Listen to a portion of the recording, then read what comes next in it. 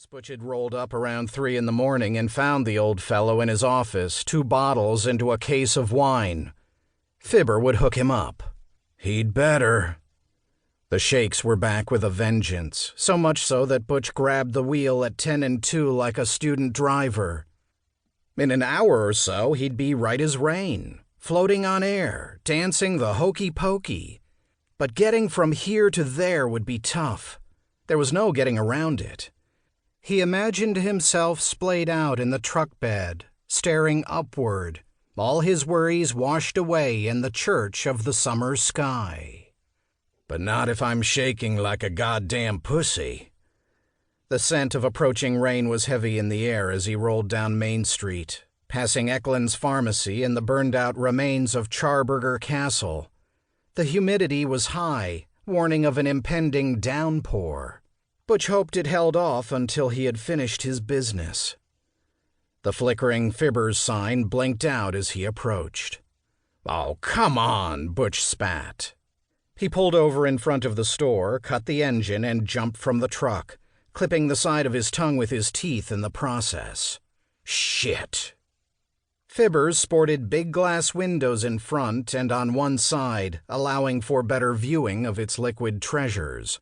The overhead lights were dimmed to about 1/4 of their usual brightness, a level at which they would remain until Fibber opened up the next day.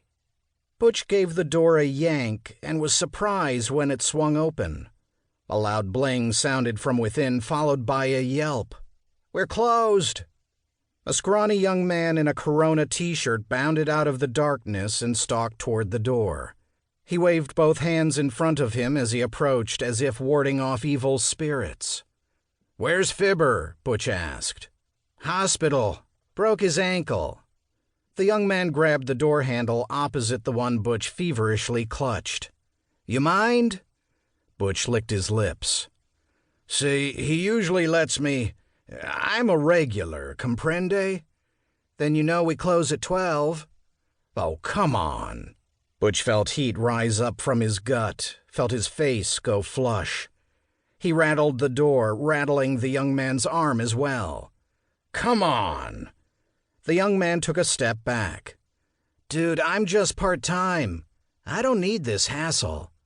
"Okay." "I don't want to call the cops." "I said okay." Butch let go of the door and raised one hand while reaching into his pocket with the other. The young man tensed until Butch pulled out a wad of 10s and 20s, pilfered from Grammy Long's dresser, her bingo money. "You sure we can't work something out? Like I said, I'm a regular. Fibber and I go way back." "How'd he break his ankle, by the way?" "He was mowing and stepped in a gopher hole." The guy's eyes never left the wad of cash. "That's tough." Butch peeled off a 10, paused, and peeled off another.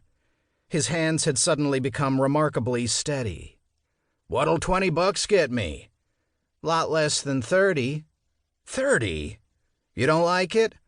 Go on down to the Blind Rock and get yourself a $20 six-pack." "Fine, 30, Butch grumbled and added another 10. The young man deliberated a moment, loosed a deep breath, and gingerly took the money. "Gonna have to be a bottle from the bargain bin. Fibber don't keep track of those." "Sounds good. Let me just take a peek." The guy in the Corona shirt held up a hand, ordering Butch to stand his ground. He stepped to a large galvanized tub with a hand-printed sign that read "Bargain Booze," grabbed a bottle, and handed it to Butch. "Knock yourself out." With that, the man pulled the door closed. Butch heard the metallic click of the lock. He looked down at the bottle in his hands. Root beer schnapps. Little prick. By the time he turned the key in the ignition, Butch had already downed 3 large mouthfuls of the sickly sweet stuff. It burned his wounded tongue something fierce, but it made the itch in his throat stand down. It would do. It would get him through. Emboldened by the booze, Butch pulled a U-turn rather than take the loop around the square, and was soon heading north on Main Street, the lights of downtown receding behind him.